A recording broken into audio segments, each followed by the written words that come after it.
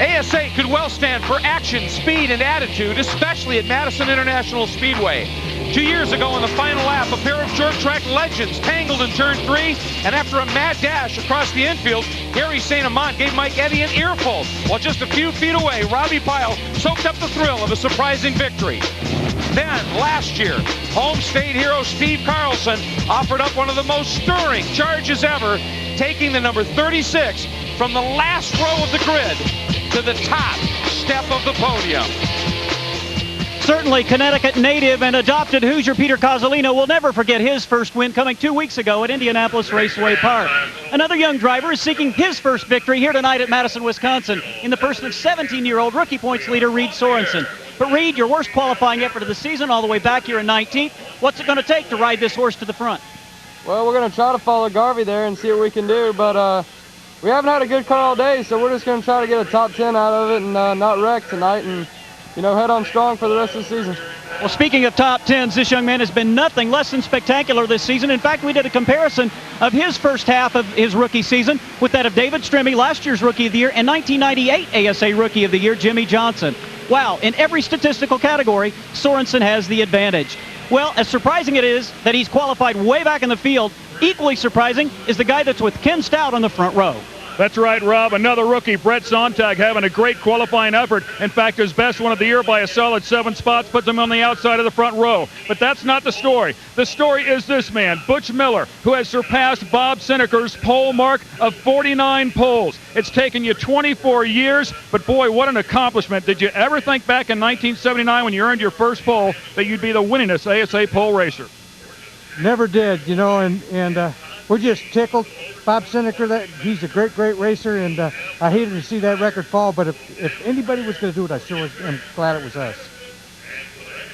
His last pole was at Toledo when he won the race, ladies and gentlemen.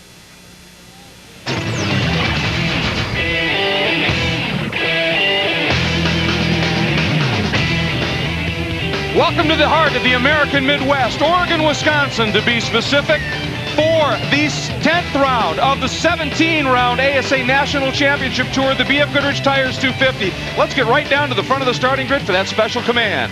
Gentlemen, on behalf of BFGoodrich Tires, start your engines!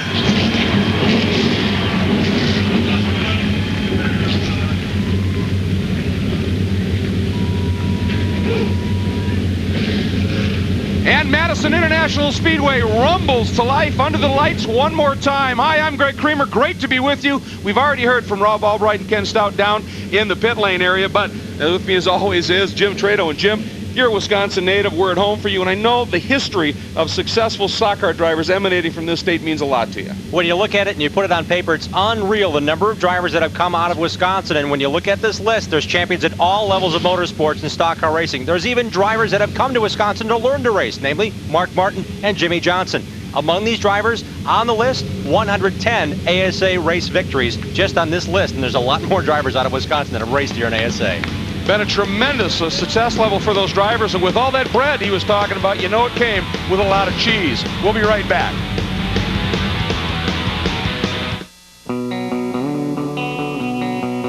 My world is different than yours. Here, what is light must be strong. And what is strong must be light. Because in my world, what is unbreakable becomes unbeatable.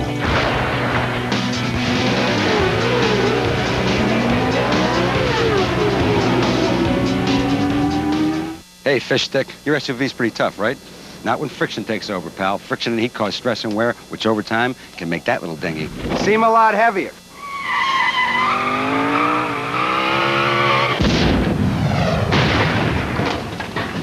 Nice shooting, Tex. You need Quaker Steak for 4x4s, SUVs, and trucks. It's proven to reduce friction and deliver superior performance under high stress and heat. One word, pal.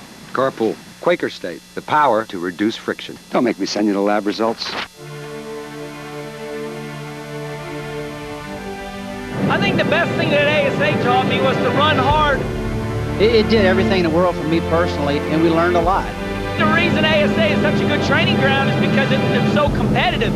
This taught me more about one stick up racing than anything.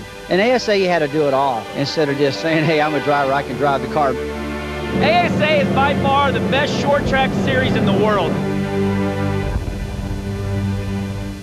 Before these take you on the ride of your life.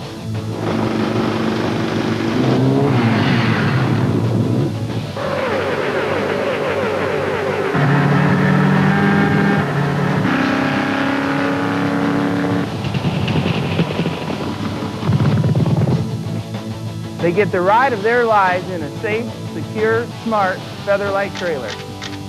There's a perfect size and style Featherlight for you. Call us today. Speed Channel's live coverage of the ASA Racing Series BFGoodrich Tires 250 is being brought to you by BFGoodrich Tires, the official tire of ASA, and by SK Hand Tools, the official hand tool of the American Speed Association. Welcome back, everybody. 10,000 some odd people here on hand to watch racing on this great track. We have a great look at it for you from the eyes and the mouth of Mike Garvey, taking you for a lap.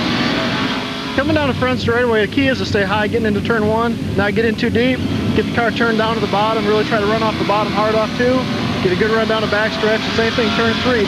Try not to get in too deep, but you want to get in good. Keep the car in the bottom, pick the gas up as quick as you can, haul butt back to the start-finish line. Half mile, 18 degrees of banking. It is quick. Here's how qualifying turned out. You already heard about Butch Miller's new record. Brett Sontag, a great effort. Robbie Pyle, always fast. Greg Stewart, another solid qualifying effort from him. We move to our next couple of rolls. There's Gary St.Amant, Brian Refner, Rick Beebe, and Rich Bickle. It's all about veterans. But for Gary St.Amant, Ken Stout, this is a special day. Yeah, no question about it. His best qualifying effort of the year. Great job there. But also, he's back after his incident that happened a little bit earlier in the year, just a couple of races ago. Everything's okay with him from Mansfield. And more importantly, keep your eyes on the number 23 car because he won't be flying that very familiar number 7 number. Look for the orange 23 Madison shop car.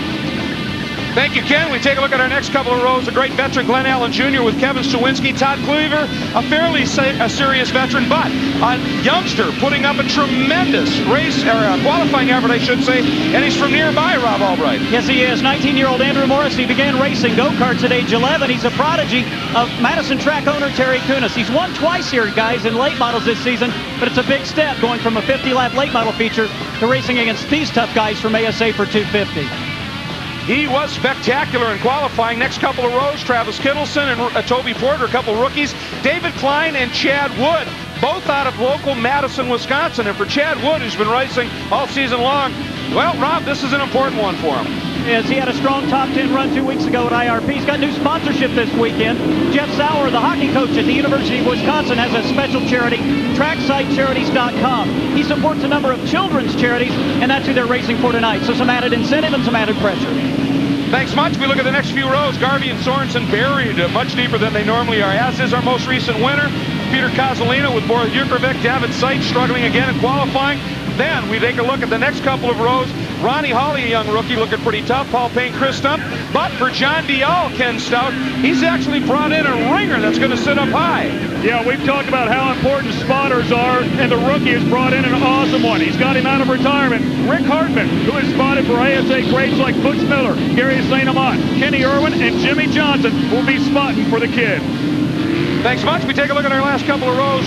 John Eiland and Rick Loek are both rookies here. Great to see them. And one of the great veterans, Tom Jones, back after a 3-year absence. And Greg Williams lines up alone in 33rd. So that's the situation in terms of the starting lineup. Let's take a look now at the point standings as we watch number 1, Kevin Sawinski, fitting enough as he continues to lead, and in fact has held that margin for quite some time, ultra consistent over Miller and Mike Garvey. The big story maybe is Reed Sorensen, 4th in the overall points, leading in the rookie points substantially over Kittleson, then a big gap back to Jukovic, Seitz, and Brett Sontag. So there's some serious battling going on a couple of different levels out there, but boy, Sawinski's so tough.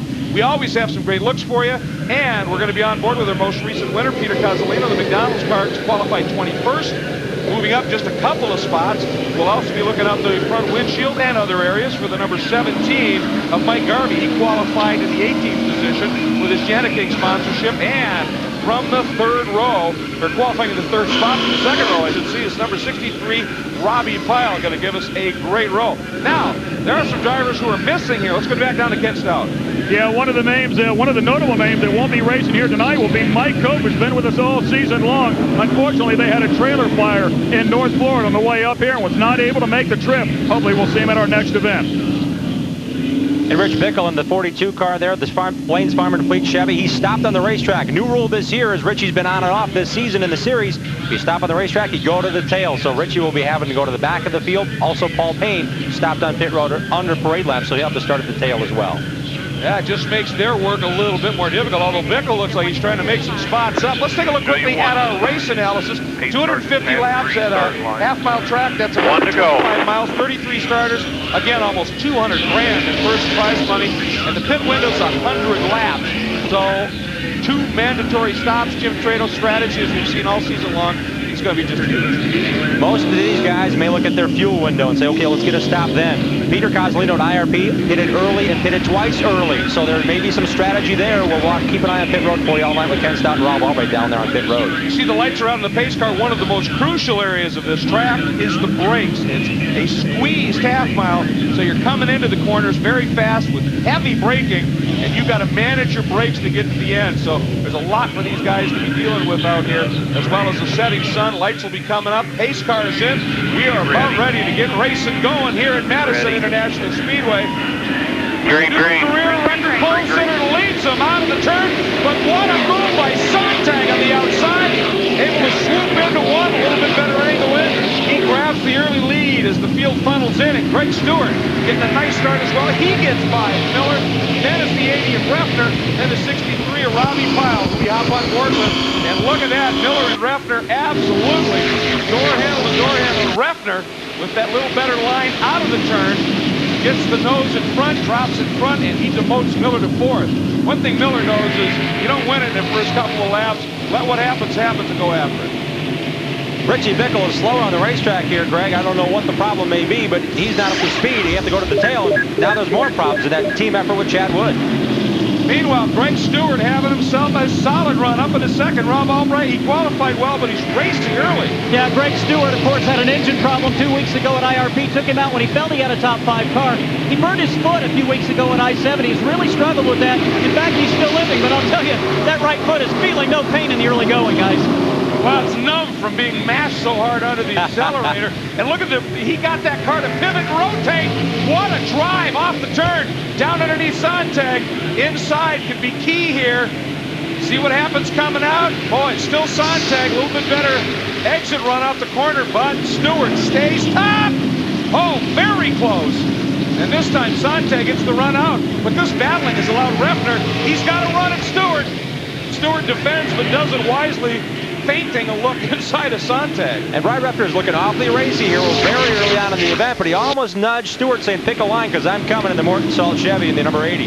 Let's check in with Rob Albright. Rich Bickle had cruised around on the high side of the racetrack, hoping to create a caution. It didn't come. It's left rear problems. I thought it might be a tire going down, but his crew's working underneath the race car, as Rich said, shaking his head, frustrated inside car number 42.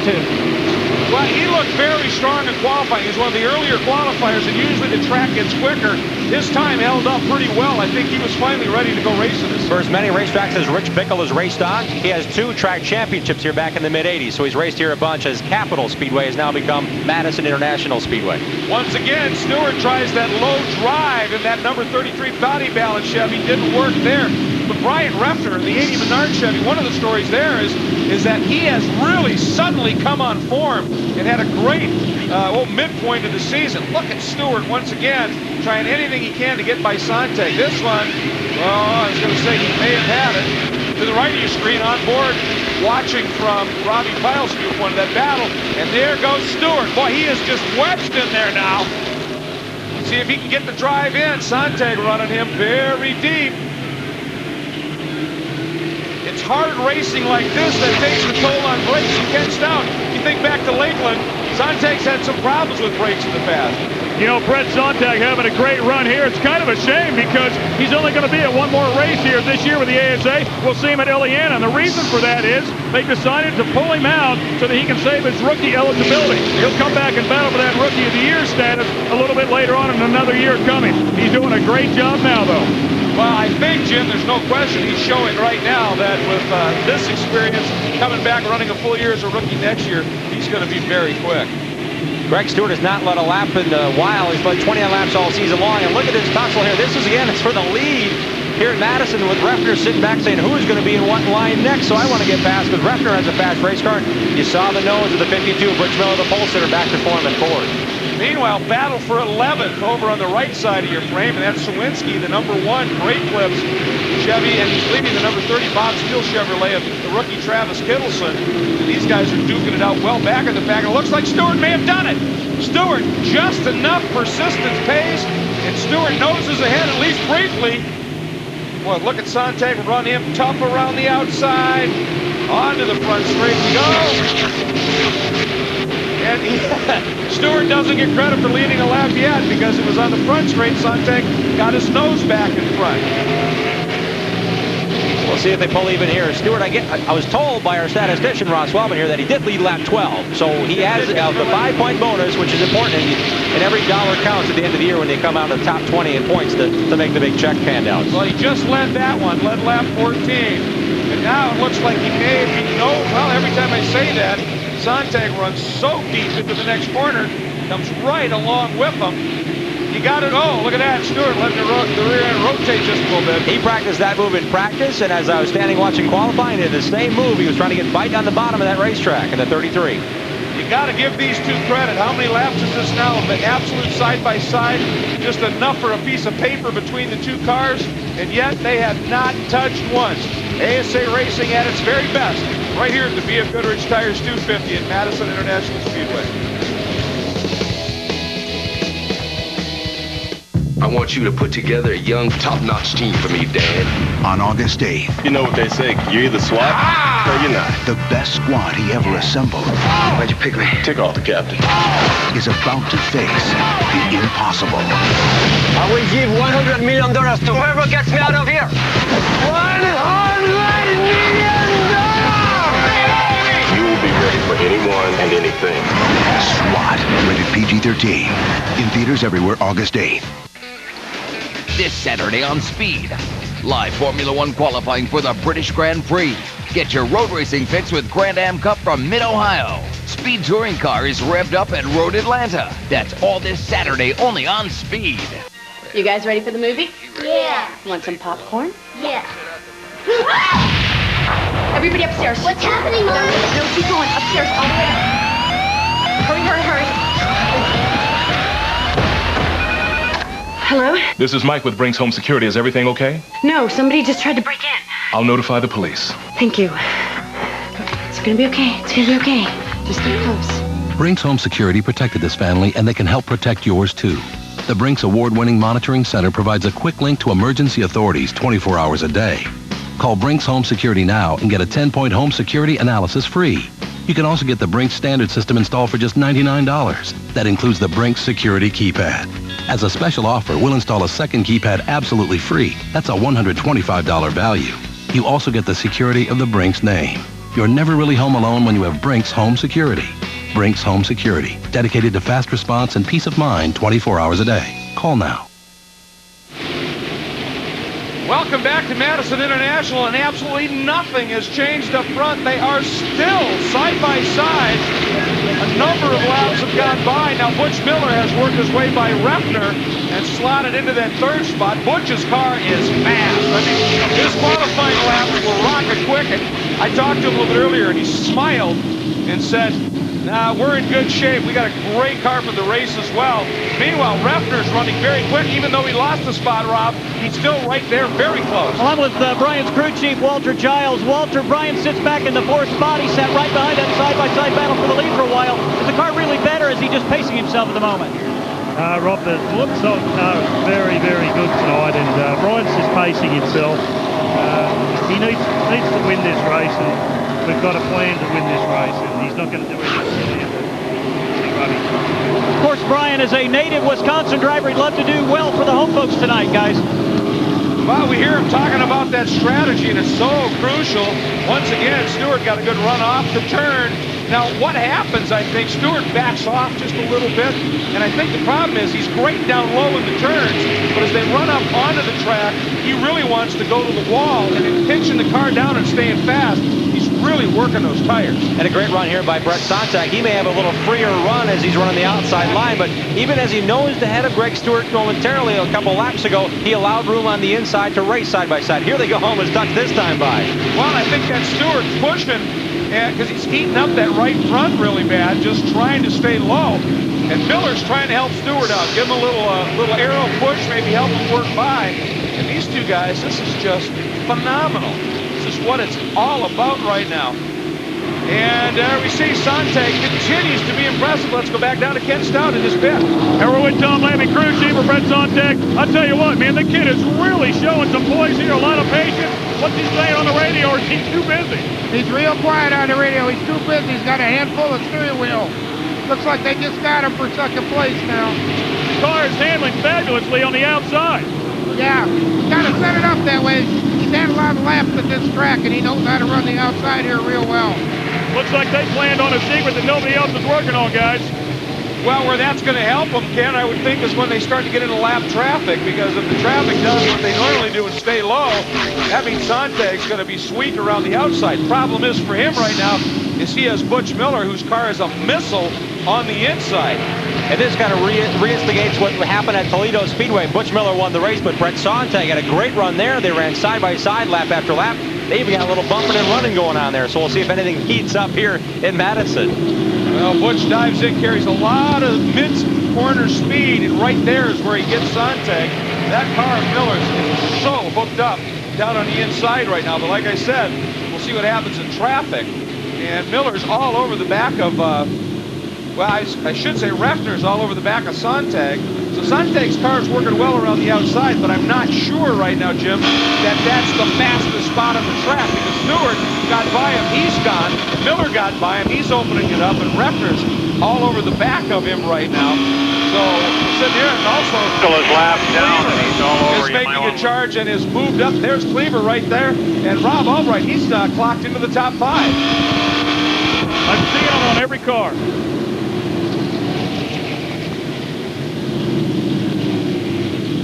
Right behind Cleaver is the 11 of Toby Porter. We've gotten a report from pit road that the brakes have gone away on Ed Brown's number 60 Chevrolet, and I just noticed that the right front brake rotors are starting to glow already here in this race. So talk about the abuse of running side by side up front.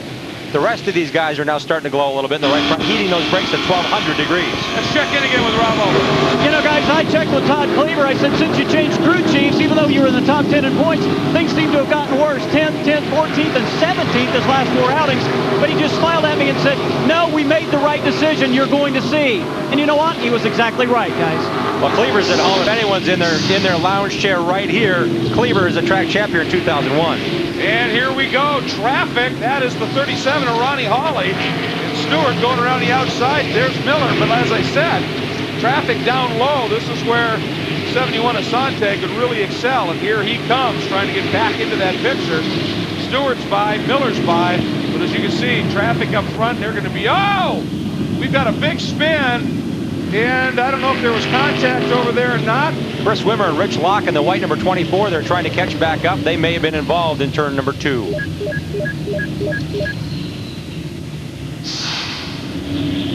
So we're going to let things settle out here just a little bit, but a great run by the 33 of Stewart. Now, what we're going to take you to break on for much of the night is we talked with a number of drivers and asked them, we're now into the second half of the season.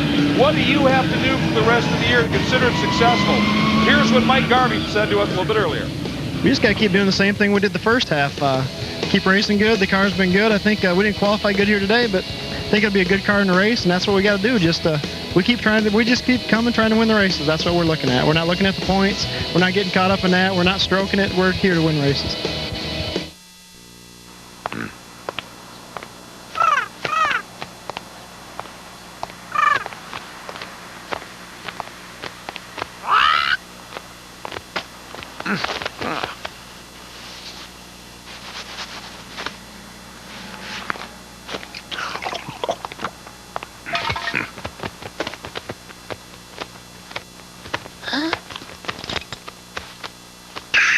Red Bull gives you wings.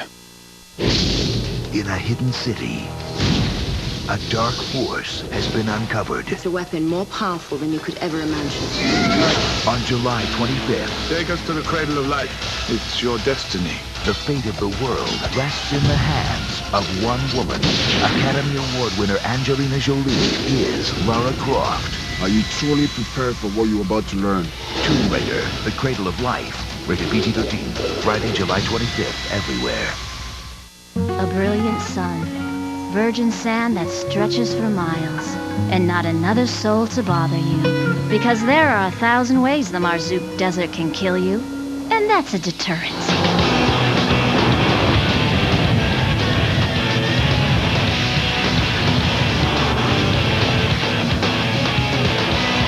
Are you tough enough to drive a Tacoma?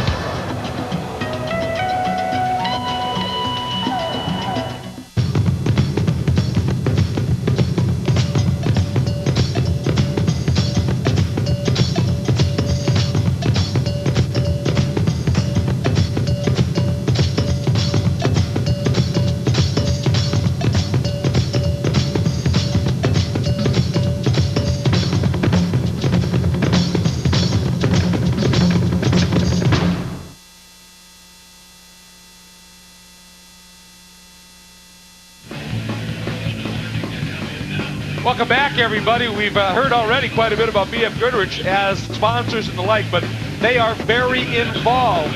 They mount up hundreds upon hundreds upon hundreds of tires during the course of a race weekend. So it's remarkable what they do, certainly. Now, they're very involved in terms of advancing technology with tremendous implications down the road. Rob Albright talked about that earlier.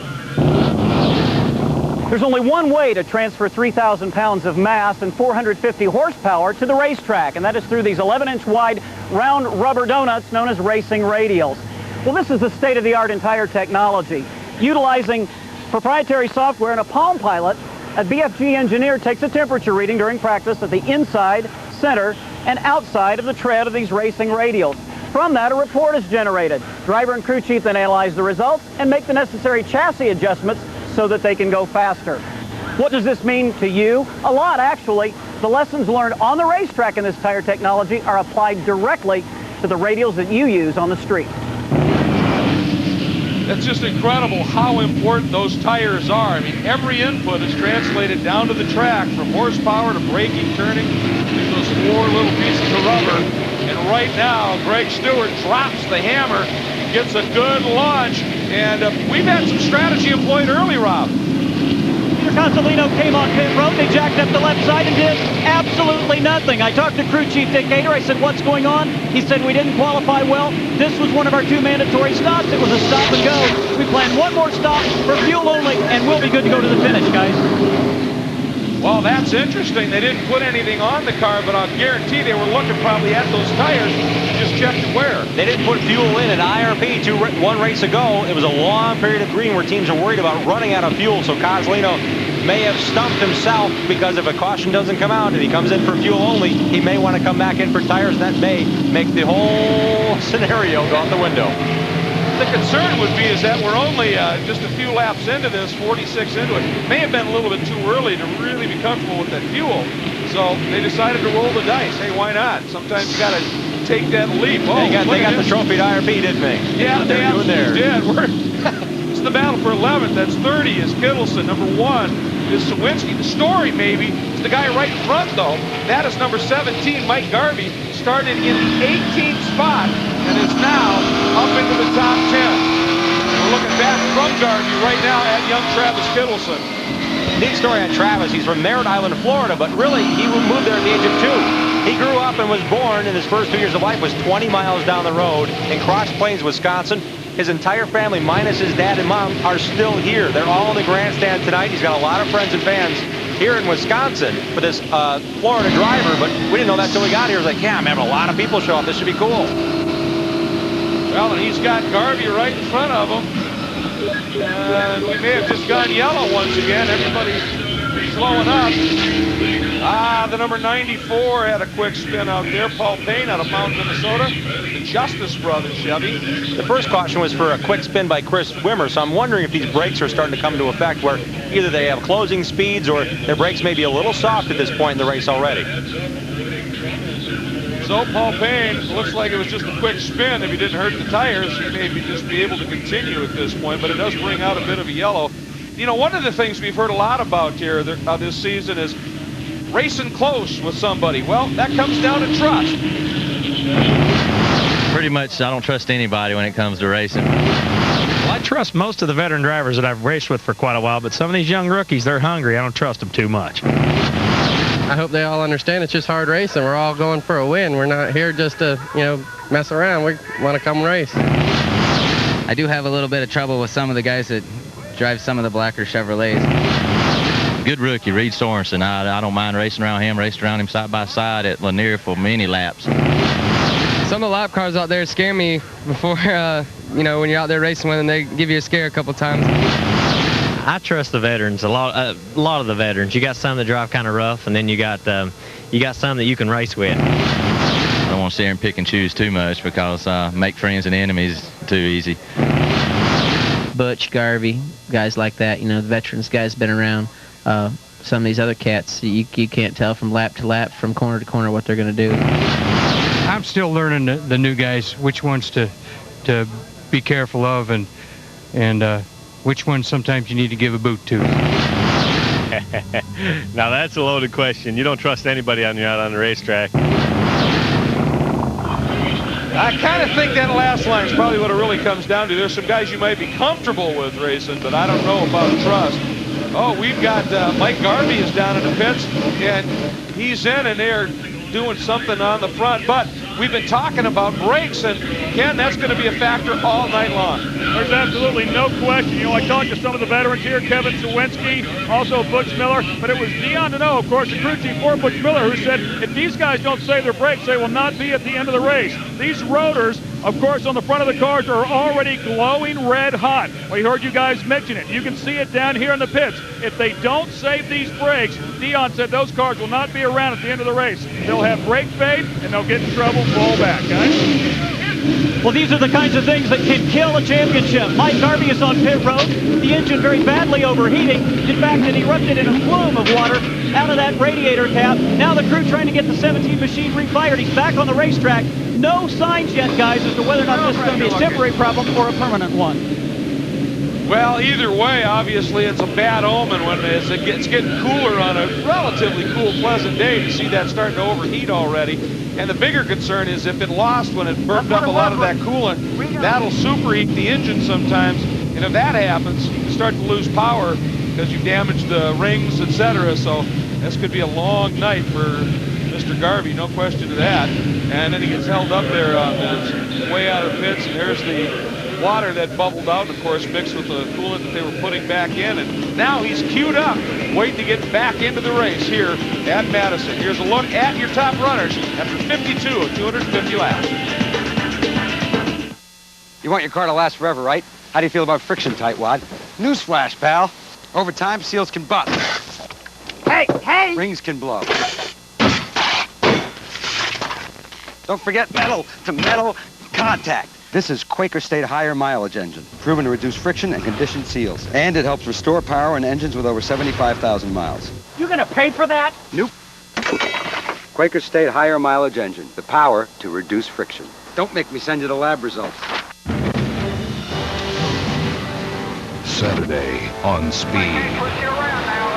The NASCAR Craftsman Truck Series Bumping it back and battling through. takes on St. Louis. From the back of the pack to victory lane, Carl Edwards made his first win an impressive one.